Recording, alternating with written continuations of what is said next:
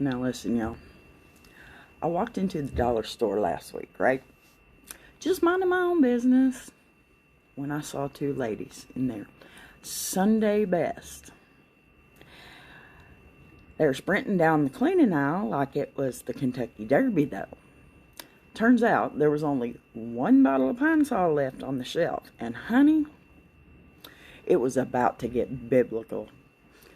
One lady, bless her heart, tried to sneak ahead, but her heel snapped faster than your patience at a family reunion. She went down like a sack of flour and hollered, "This ain't over!" Ma'am, it's Pine Sol, not the Holy Grail. Hi. Alright, you ready for another story? Let me sit this here down. We had fish fry last weekend. Man, I love me a fish fry. And wouldn't you know it, Cousin Earl shows up with one of those giant coolers. We're thinking, oh yeah, he's finally pitching in, right? No. That fool was stuffing catfish fillets in his coolers to go. My Aunt Betty caught him red-handed and yelled, "Earl,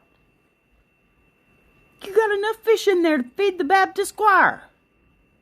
He tried to deny it, but his cooler started leaking grease like a car with a bad gasket.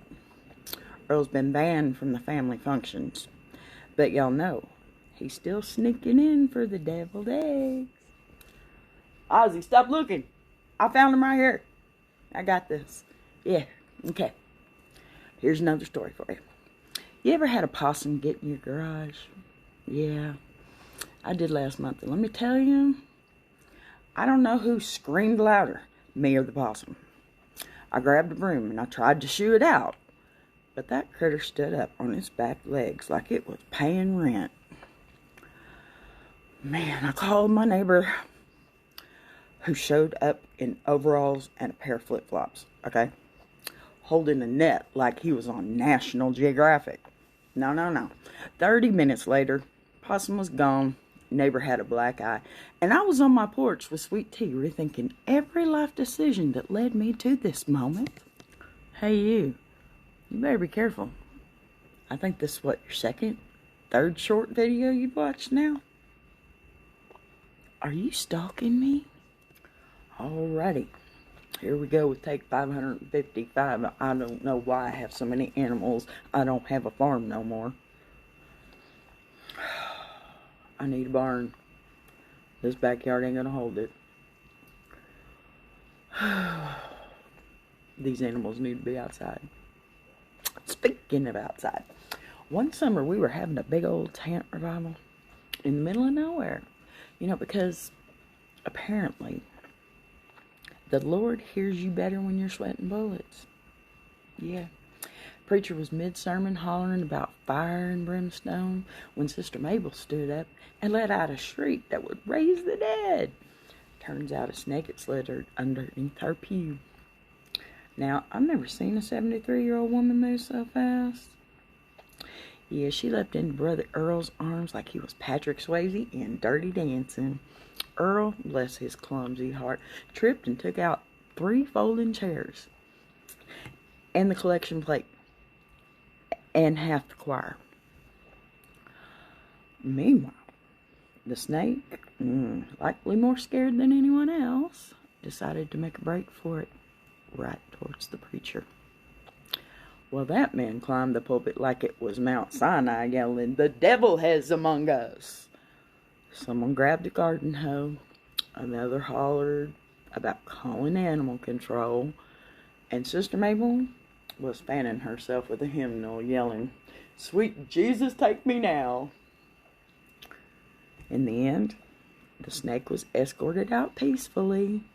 But I swear, that revival had more excitement than a NASCAR race with a pileup in turn 3. Alright, y'all. Grandpa prided himself on his chili, okay? Swearing he had the best recipe, and it was passed down through generations. What he didn't mention was that his secret ingredient was anything that was in the pantry. One winter, he made us all a big old pot, the whole family. Oh my gosh, it smelled so good in there.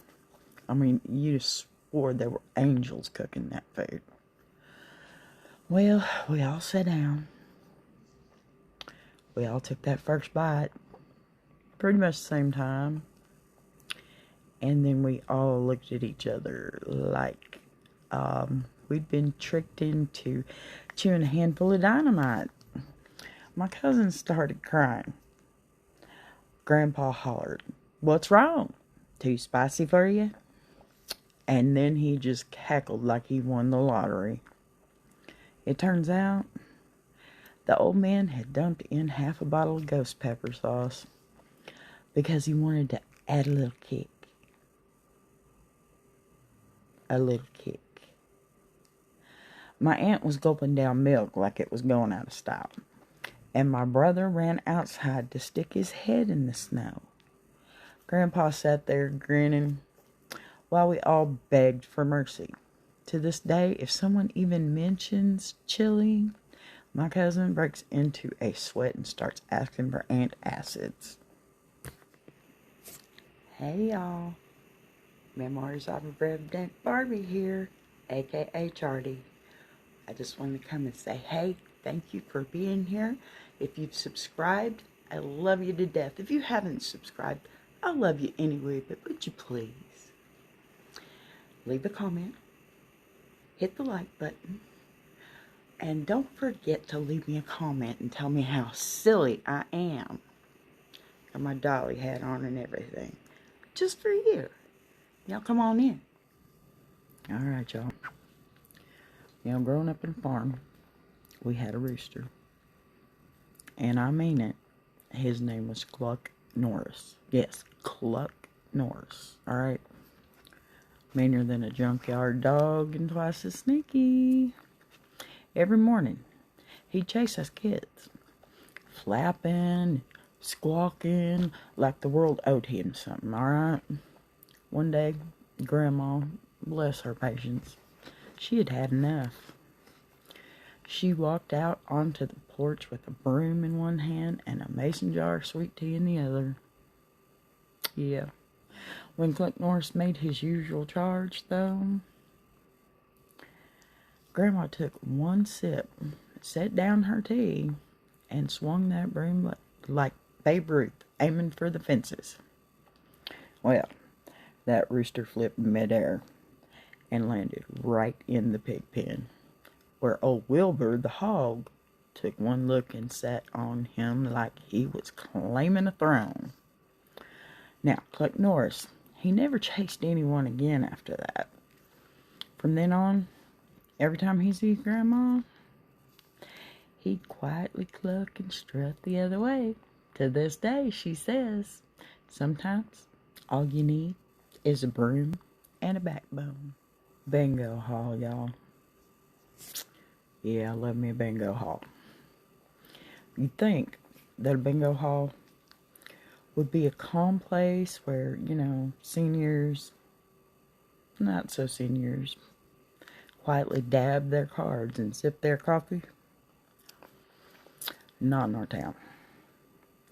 Last Thursday night, Doris and Ethel, they got into it over a lucky seat.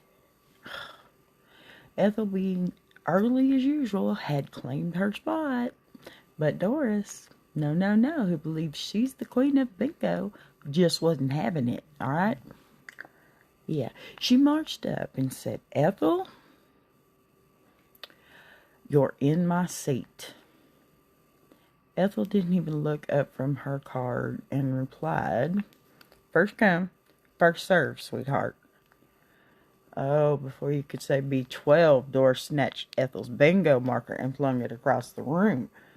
Ethel stood up, grabbed Doris's crochet bag, and the next thing you know, they're tussling in front of the snack table. Chairs were flying, people were hollering, and poor Mr. Jenkins spilled his decaf. The hall had to call in security, aka Fred the janitor, to break it up. Now, there's a new rule. Yeah, assigned seating. But every time Doris walks by Ethel, she whispers, "I'm watching you, girl." Okay, more family stuff. My Aunt Velma. Y'all, she is the queen of yard sales. But not in the way that you would think. She doesn't buy junk. Oh no, she sells it. And honey, she's got a talent for making trash sound like a treasure. Last spring, she hosted her annual spring clearance extravaganza where she sold an old coffee pot claiming it was an antique percolator. Some poor soul bought it for $20, only to find it still had a moldy filter in it. Ew. But her finest moment, she sold a busted up lawn chair, calling it a rustic outdoor lounger.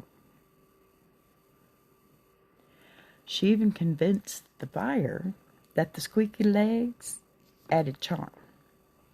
I stood there in awe as she pocketed $15 and threw in a broken garden gnome for free. Velma's motto is simple. One man's trash is another man's slightly overpriced treasure. You know, got one of these. My cousin Billy. He always swore he could fix anything. So when his riding lawnmower broke down, he grabbed a wrench, duct tape, claiming he didn't need no fancy mechanic. 30 minutes later, we hear a loud boom from the backyard. We all ran out, find out Billy's sitting in a patch of singed grass, looking dazed, while the lawnmower's engine sat 10 feet away, still smoking. Turns out, he'd fixed the fuel line by tapping it directly to the exhaust. As we stood there in stunned silence, Billy dusted himself off and said, "Well, I reckon it'll run cooler now." To this day, anytime Billy offers to help, someone hands him lemonade and says, "Why don't you just sit this one out, champ?" Well, look at you. You're back. Hi. Alrighty, let's get into it. So, let me tell you about Betty Lou and the infamous church potluck of '98, okay? Now, Betty Lou was always been known for her world-famous potato salad. At least that's what she calls it. Truth is, it tastes a little like boiled regret with a side of rubbery eggs. Anyway, but bless her heart, no one dared say a word, okay? That's until Miss Velma, the new choir director, yet she waltzed in with a dish labeled Texas Tater Supreme. Honey, the nerve. Well, Betty Lou's nostrils flared so wide you could have parked a tractor in them. She strutted up to Velma and said, "Isn't that cute? You brought a side dish." The tension was thicker than Sunday gravy. Folks sat down to eat, and wouldn't you know it, Velma's tater dish disappeared faster than the preacher after a fire and brimstone sermon. Betty Lou's salad sat there untouched, looking sad and lonely like a Walmart greeter on Black Friday. To this day, Betty Lou claims Velma bribed people. But everyone knows, you mess with the Tater Supreme, you best bring your A game.